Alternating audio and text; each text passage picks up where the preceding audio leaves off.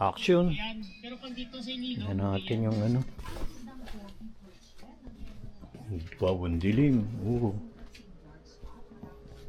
Ito yung ano ko, binili kong sofa bed. Ayun.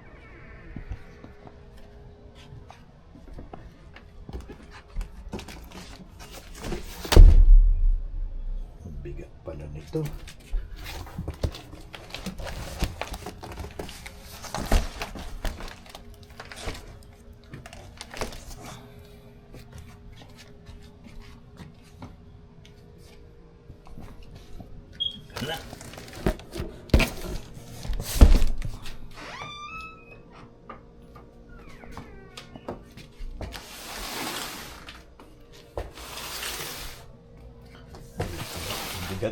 Bigat eh, kaya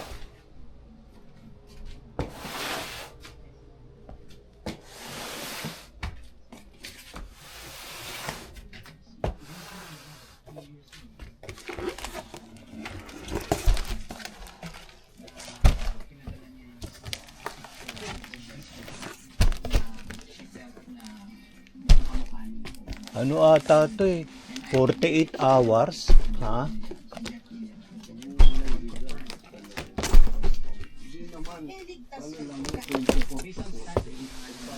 Is under what we call the family serenity.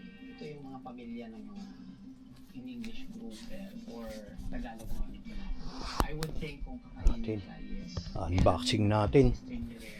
Pag nakita kayo, eh bakit tinawag na Pogi si Pogi? dun sa etymology, lumabas nga na doon naka-spell out sa paper na the word Pogi meaning handsome in Tagalog was based on coloration of the fish. Until now, medyo kiniklaim ko na ako si Doc Pogi kasi nga because of the Pogi. Ayun, alam mo na, ang misteryoso at rare catch na si Pogi, sana mas dumami pa ang lahi. Ako, Alam niya naman yan eh.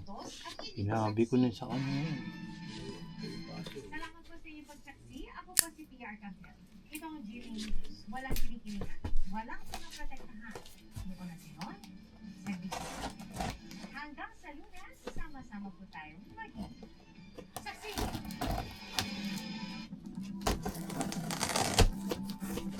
Yun.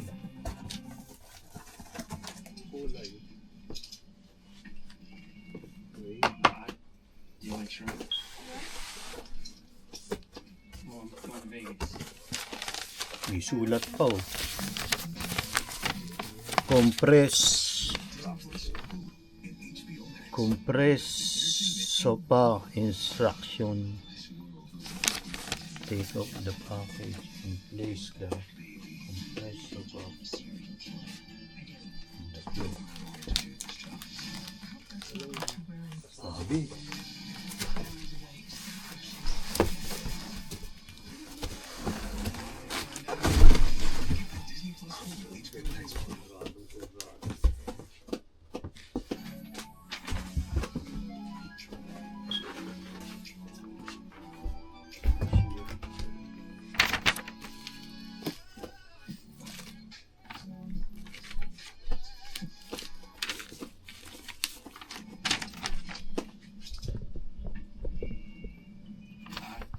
Do you like shrimp? What? Oh, I'm going to Vegas.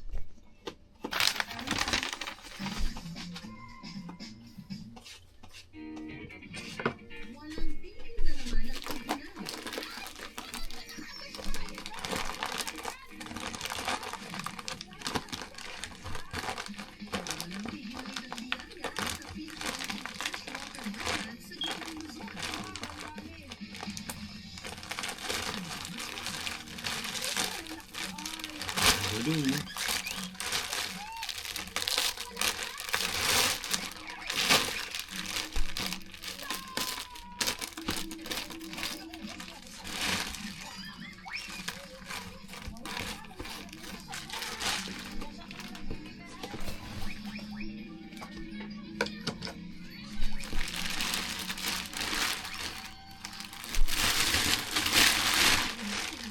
Sulat.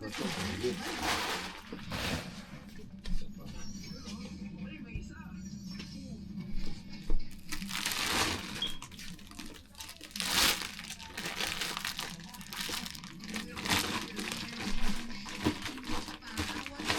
Ito awa sa akin na, no? Sa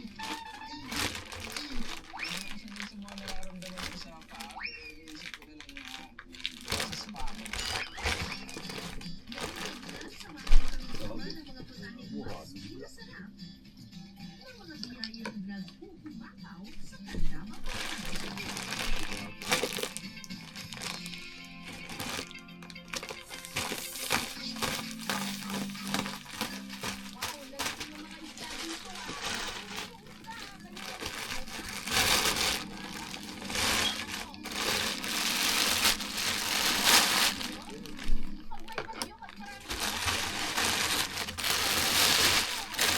Ito pa din, una, no?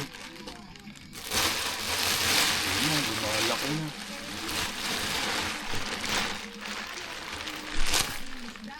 Kasi wala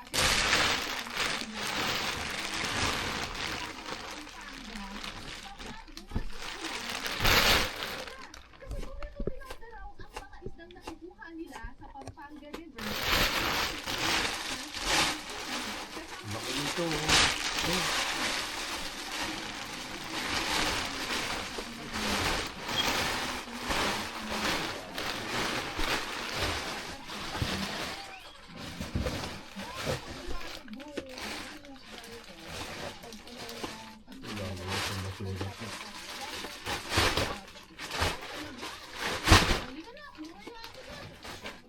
Ayun na, lumalaki na. Ah, nakadikit pala to. Eh, ano yan, velcro? Ilipat tayo kayo ng bangka. Dapat yung sa mas stable na bangka. Tsaka marami-rami daw kasi yung makukuha natin ngayon na isda. Kaya tingnan nyo itong bangka na sasakyan namin, no? Dalawa siya. Stable talaga dito kasi Lahat ang isda. Naman, pag wala kang langit sa ako yung maalam. So, ang hinihila nila kuya dito ay mga, ay, Diyos ko, ay, Diyos ko, ay, Diyos ko, nandiyan na agad yung mga isda. Ano ba naman? Oh my gosh! Kuya, hindi ako handa. Ba't nandun yung ano? Ay, bukatot. Bukatot. Diyan yun. Pagkagod yung Ang mga. mga lambat na ito nakatali sa magkabilang kawayan at itinutulos sa gitna ng sapa. Ito hilahin? Hindi pa matigas Oh eh. my gosh. So, Titigas pa to? Oo, lulutang pa yan. Mga mangisda yung pagtaas ng tubig kapag tag-ulan. Ang ginagawa nila, nilalagay lang nila yung mga bukatot dyan. Ilang Tapos, araw mga kang kasyon, pinupares. natin. Kusang lumalapit yung mga Ilang isda sa araw. mga lambat. O game. Una, dos, tres. Yeah!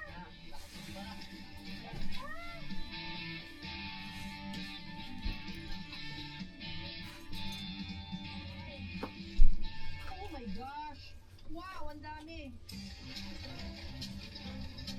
Grabe, merong giant dito. Nakita ko. Sus, kalalaki ay. Oh. Ang laki! Yan, yan ang ilalim. Ah, ito! Ay! Ito, ilalim. Tapos dyan yung didikit yung velcro.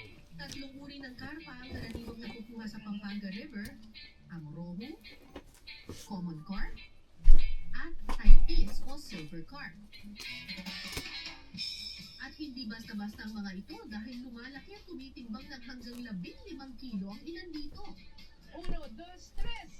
Mukhang hindi nagbibiro si Kuya Clarence ah. Wow! Talagang binabaha kami ng mga isda. Galing, oh. Ang lalaki.